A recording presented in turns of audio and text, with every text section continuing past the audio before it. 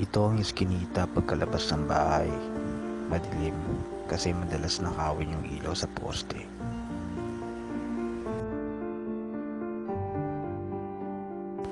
May mga tricycle pang dumaraan kasi alas 7 pa lang ng gabi.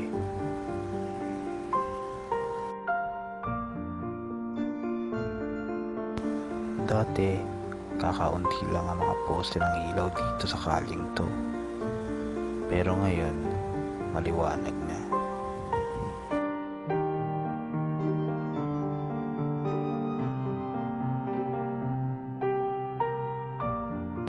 Sa dulo nito, sa kaliwa, ang opisina ng Meralco.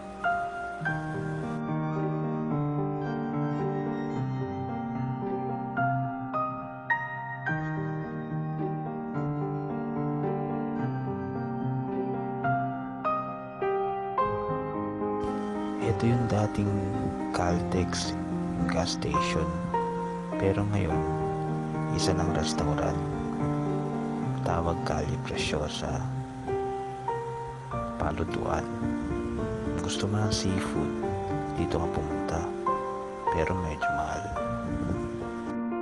Alam mo kung ano gusto ko? Tapsilog.